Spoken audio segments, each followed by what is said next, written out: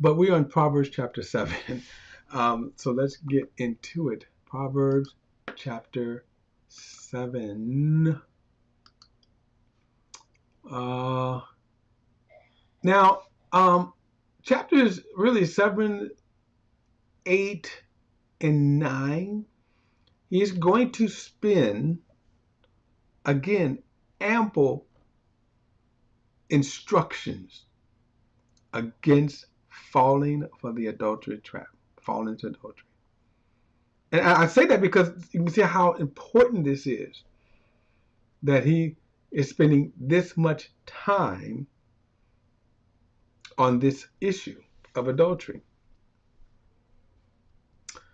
Verse 7 says, "My son, keep my words and treasure up my commandments with you, and keep my commandments and live. Keep my teachings as the apple of your eye. Bind them on your fingers, write them on the tablets of your heart. Say to wisdom, you are my sister, and call insight your intimate friend, to keep you from the forbidden woman, from the adulteress with their smooth words." So again, he's constantly warning men, stay away from those.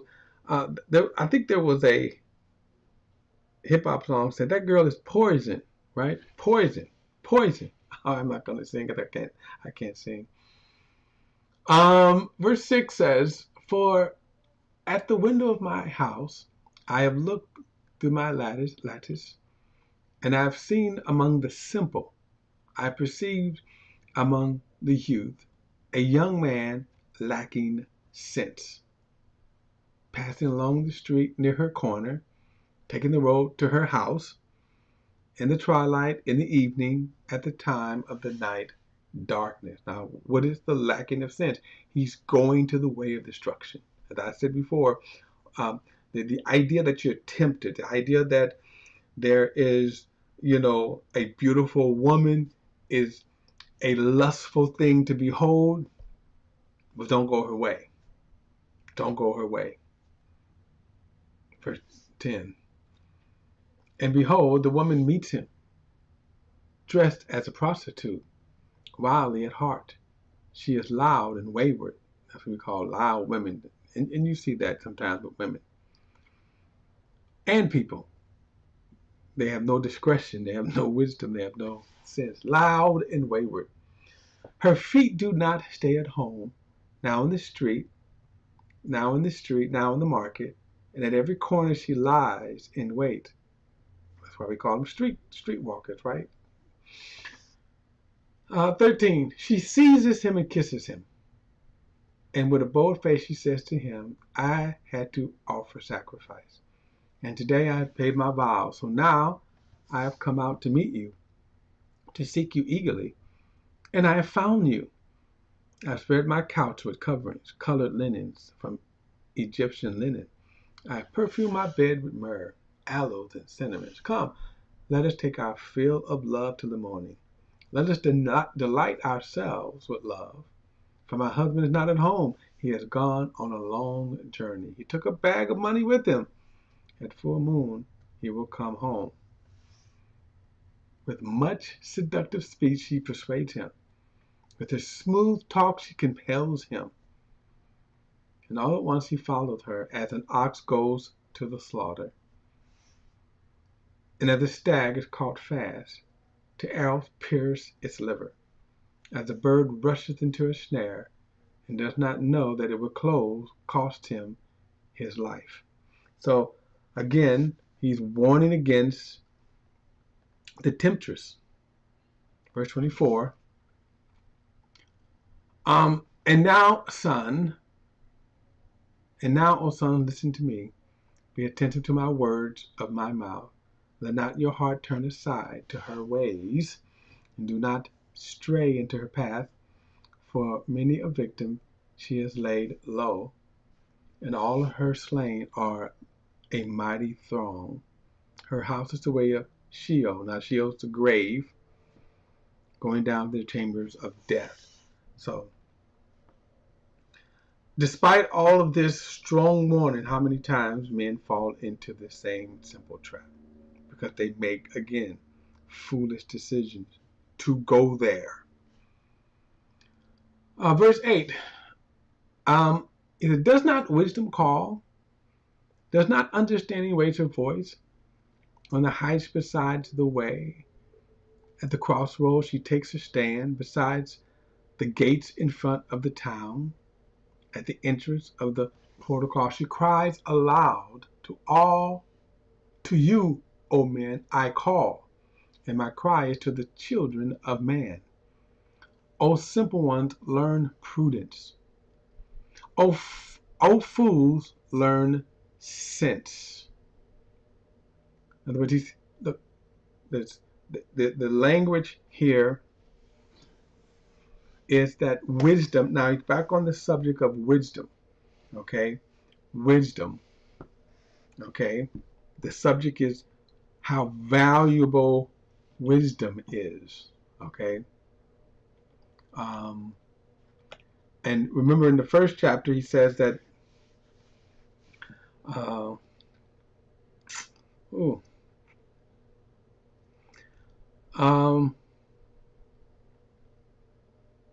what am I looking at here? Verse 5. O simple ones, learn prudence. Okay, having again a clear-cut, wise outlook. Having, in a sense, you could say, awareness. Learn prudence, right? Watch this. O fool, learn sense.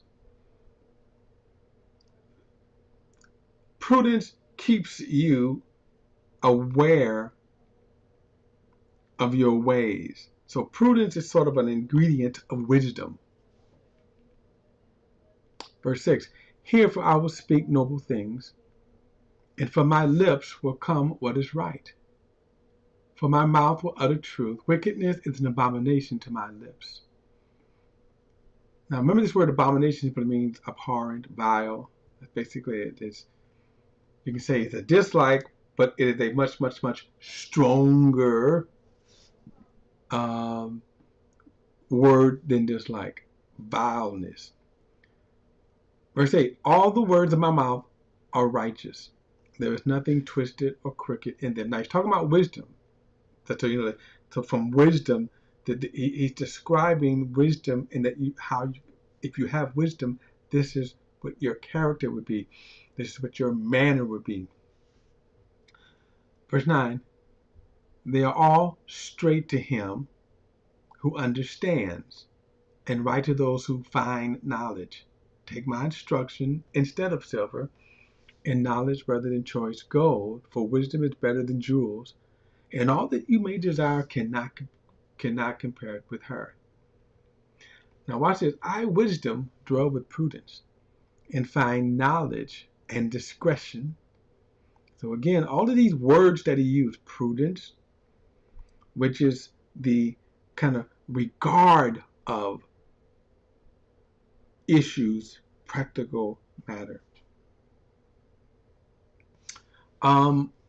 Discretion, sort of the kind of manner of behavior, the kind of manner, it's kind of like saying having a kind of discreetness about yourself. So he says, but I wisdom dwell with prudence, and I find knowledge and discretion. The fear of the Lord is the hatred of evil, pride and arrogance, and the way of evil.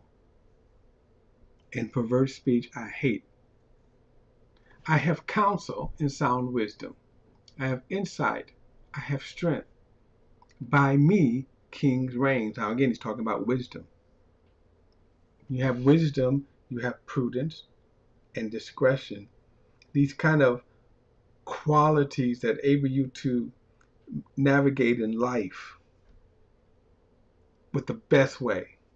Insight, knowledge, okay? Verse 14 again, I have counsel and sound wisdom, I have insight, I have strength. By me kings reign and rulers decree what is just. By me princes rule and nobles all who govern justly. I love those who love me, and those that seek me diligently find me. Riches and honor are with me, enduing wealth and righteousness. My fruit is better than gold, even fine gold, and my yield than choice silver. I walk in the way of righteousness and in the paths of justice, granting an inheritance to those who love me and filling their treasures. Now, this is what wisdom will do. This is what wisdom will do.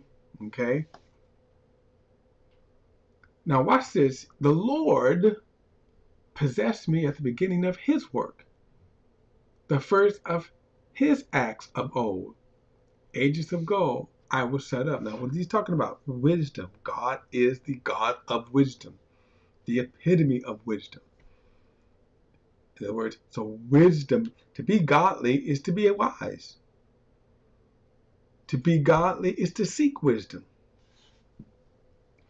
Verse 23, ages ago, I was set up at the first before the beginning of the earth. When there was no depth, I was brought forth. When there was no spring abounding with water, before the mountains had been shaped, before the hills, I was brought forth. Before he made the earth with its fields, or the first of the dust of the world, when he established the heavens, I was there. And when he drew a circle on the face of the deep, when he made and when he made firm the skies above, when he established the fountains of the deep, when he assigned to the seas its limit, so that the waters might not transgress his commands, when he marked out the foundation of the earth, then I was beside him like a master workman, and I was daily his delight, rejoicing before him always, rejoicing in his inhabited world and delighting in the children of man. Now, this is a very amazing revelation for us, if you think about this, that God in wisdom created everything. And you think about this in his wisdom, which is unsearchable. But because there's just so much we could go on about the creation. And again, a fool would only despise that. There are a lot of fools. There are a lot of educated fools. The fact that you can sit up and say that this all came because of a Big Bang, that's fool. That's a fool. That God in his wisdom put all of the earmarks of his wisdom in creation. So that you have to ask, well, why is this, right? Why would a Big Bang create my body, the circular system, regulatory system, the everything about my life? Why would he create that? I mean, we can just go on and on and on about God's wisdom. And now, sons, listen to me. Blessed are those who keep my ways. Hear my instruction to be wise, and do not neglect it. Blessed is the one who listens to me, watching daily at my gates, waiting beside my doors. For whoever finds me finds life and obtains favor from the Lord. But he who fails to find me injures himself. All who hate me love death. And I think, again, we can all say how foolish we have been and the pain and hurt that foolishness brought in our lives. But think about when you are wise, when you make wise decisions. You kind of be like God. You be like, yeah, that was great. When wisdom guides you, when wisdom prevails in your life, you do rejoice. Chapter 9 says, Wisdom has built her house. She has hewed her 7 pillars. She has slaughtered her beasts. She has mixed her wine. She has also set her table. She has sent out her young women to call from the highest places in town. Whoever is simple, let him turn here. In other words, God, through wisdom, right? Wisdom. I'm calling for you, simple people. I want to give to you. In other words, there's no reason to be foolish. There's no reason to be stupid. Verse 4 again, whoever is simple, let him turn here. To him who lacks sense, she says, come, eat at my table, and drink of the wine I have mixed. Leave your simple ways, and live, and walk in the way of insight. I just wish I had done this earlier. I just wished I had done this earlier. Verse 7, whoever corrects a scoffer gets himself abused, and whoever reproves a wicked man incurs injury. Why? Because they turn around. Jesus said it this way, don't cast your pearls before swine, because they'll turn and attack you. Verse 8, do not reprove a scoffer, or he will hate you. Reprove a wise man, he will love you. Give instruction to a wise man, he will be still wiser. Teach a righteous man, and he will increase in learning. The fear of the Lord is the beginning of wisdom, and the knowledge of the Holy One is insight. For by me your days will be multiplied, and your years will be added to your life. If you are wise for yourself. If you scoff, you alone will bear it. So again, wisdom will be it is a source of multiplying your life. There's so many applications, however, we can talk about this.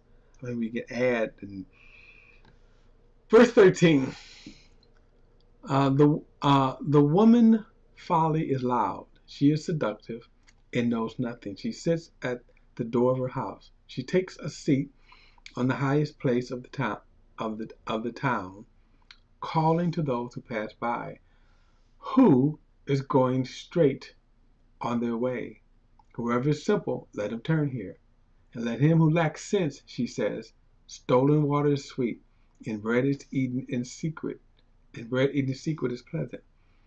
But he who does not know, he does not know that the dead are there, and her guests are the depths of Sheol. I can't help but keep in mind, some of these zombie movies. But anyway, again,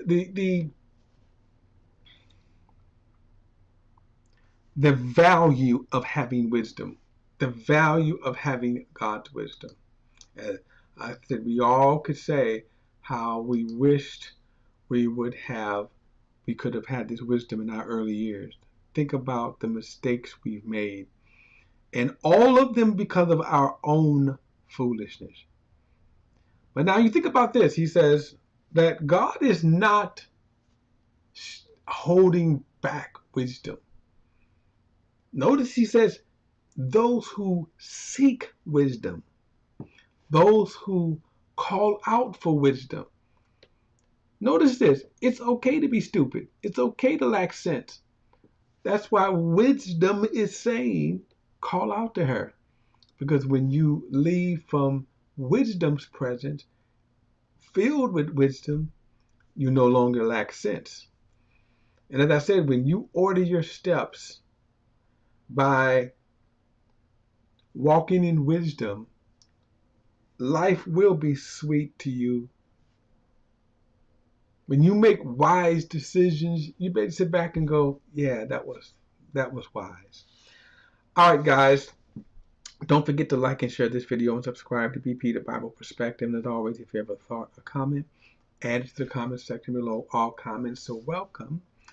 And until next time, I'll see you in the next study.